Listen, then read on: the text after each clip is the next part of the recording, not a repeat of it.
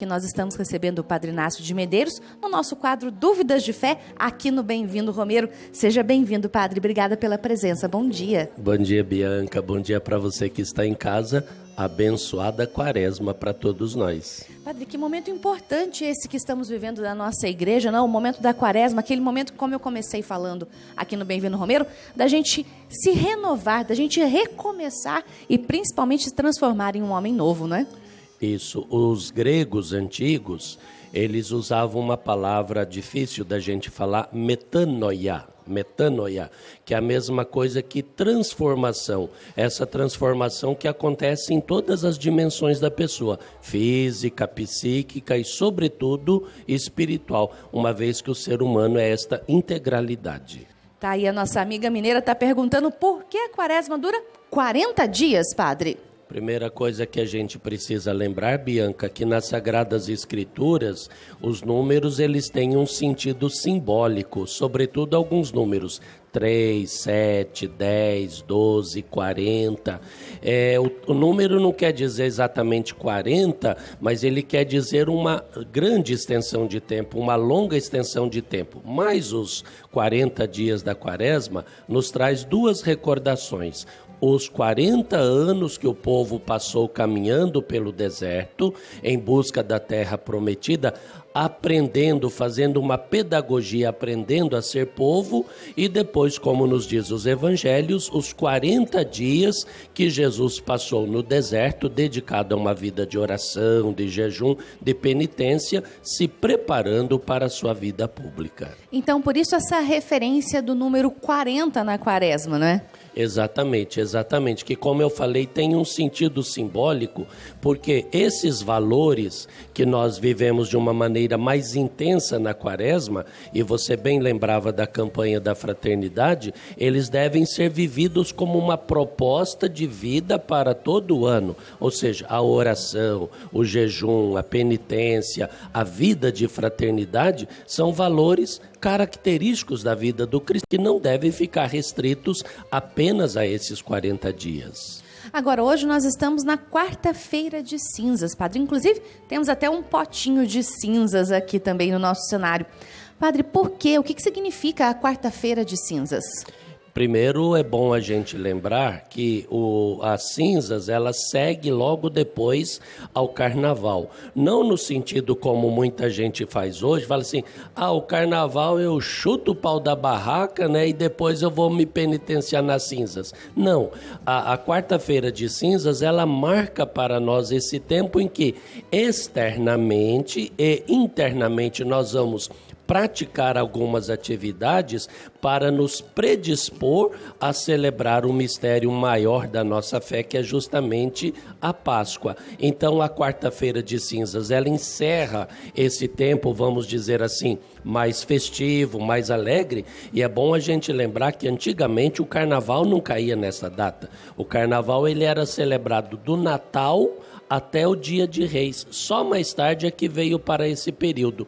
Carnevale, adeus à carne, deixar a carne, e a quarta-feira que marca esse período em que nós começamos a nos preparar de uma maneira mais intensa para a festa maior do cristianismo, que é a ressurreição de Jesus. O seu Adão está aí curioso, querendo saber se a obrigação nossa é fazer a penitência na Quaresma, Padre. Eu tiraria essa palavra obrigação. Eu tiraria essa palavra porque tudo que a gente faz obrigado não tem muito valor, Verdade. Não tem muita graça, entendeu? É claro que a igreja tem os seus preceitos. Um dos preceitos da igreja é não comer carne, hoje seria do jejum, e não comer carne na sexta-feira. Mas eu tiro essa palavra porque a penitência, ela não pode ser encarada apenas como uma obrigação, mas ela pode ser encarada como uma necessidade para nós cristãos e como uma coisa boa para a nossa vida também. Então nós fazemos penitência não porque é marcado, não porque é obrigado, mas como um gesto voluntário da nossa parte. A penitência, ela faz parte, então, deste período da Quaresma de se renovar?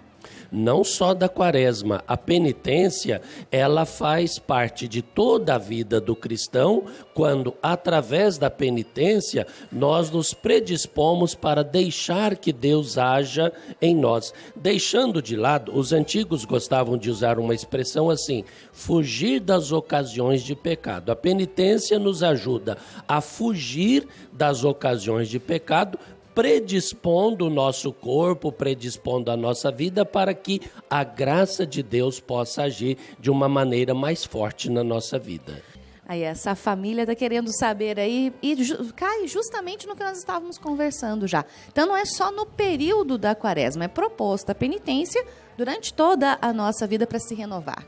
Havia uma tradição antiga que toda quarta-feira e toda sexta-feira eram dias de penitência. Tanto assim que ainda hoje existem muitas pessoas que não comem carne na sexta-feira. Na minha casa mesmo, na minha comunidade, nós não comemos carne na sexta-feira. Existem mesmo, a gente já tem a oportunidade de muitas vezes conversar com os devotos aqui e eles falam isso pra gente também. A minha mãe, quando ela era viva, ela não comia carne nem na quarta nem na sexta-feira, porque nos recorda esta ocasião tão especial, esta ocasião tão fortuita. Agora é importante lembrar também, Bianca, que o jejum, a penitência, ela precisa estar, são duas atitudes que precisam estar de acordo com a situação da pessoa. Por exemplo, alguém que seja doente, uma pessoa idosa, ou então as crianças mais novas, elas estão desobrigadas do jejum e da penitência. É interessante o senhor falar isso, padre, porque muitas vezes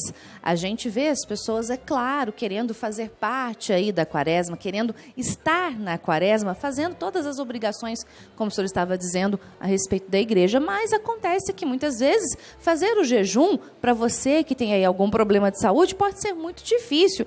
Não significa que ele está cometendo algum pecado se não fizer esse jejum, se não fizer a penitência. A pessoa precisa ver alguma coisa que esteja de acordo com a sua situação, de acordo com a sua capacidade, com a sua possibilidade. E uma outra coisa, vamos falar da abstinência de carne. Não é você deixar pura e simplesmente de consumir carne, mas o melhor seria você pegar aquele valor que você iria gastar comprando carne, que esse valor seja dedicado a uma obra de caridade, seja dedicado a uma obra social. A pessoa, se ela não sabe exatamente a quem destinar esse valor, ela pode procurar sua comunidade, pode procurar sua paróquia e fazer uma doação para que depois a paróquia destine as obras sociais. É muito interessante isso, inclusive a gente vê muitas pessoas, né, neste período agora da quaresma, sem tomar aí refrigerante, comer doce,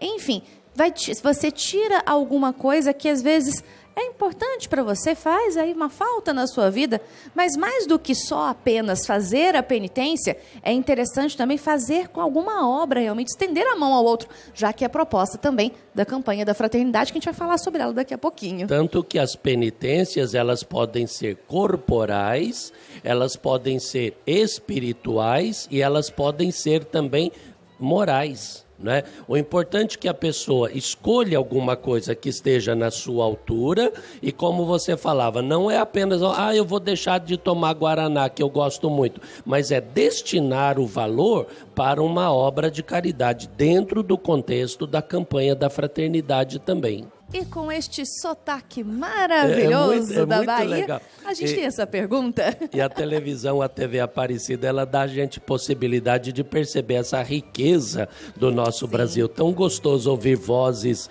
diferentes, né? A campanha da fraternidade, como a reportagem que a Ju mostrou, é uma tradição antiga da igreja. A ideia foi lançada em 61, mas pegou força mesmo, esse caráter nacional, em 64. Então, quem está em casa pode fazer a conta de 64 para cá. Quantos anos que a igreja no Brasil celebra a campanha da fraternidade? Justamente com essa motivação. Bianca, é uma época em que nós estamos mais dispostos, até pelo sentido maior da quaresma, para o amor, para a caridade, para com a fraternidade.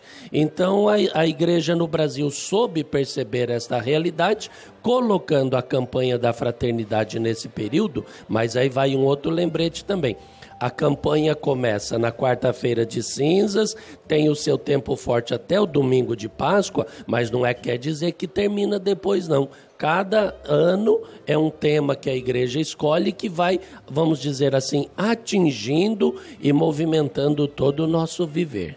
E principalmente neste ano em específico, a campanha da fraternidade fala a respeito de compaixão. Aliás, até o cartaz está aqui juntinho conosco no nosso cenário. Tem a nossa irmã Dulce, Santa Dulce, né? Que também é um símbolo da compaixão aqui no Brasil, não é, padre? É uma expressão muito bonita desta compaixão e de uma proposta que fica para todos nós de sermos o bom samaritano, né?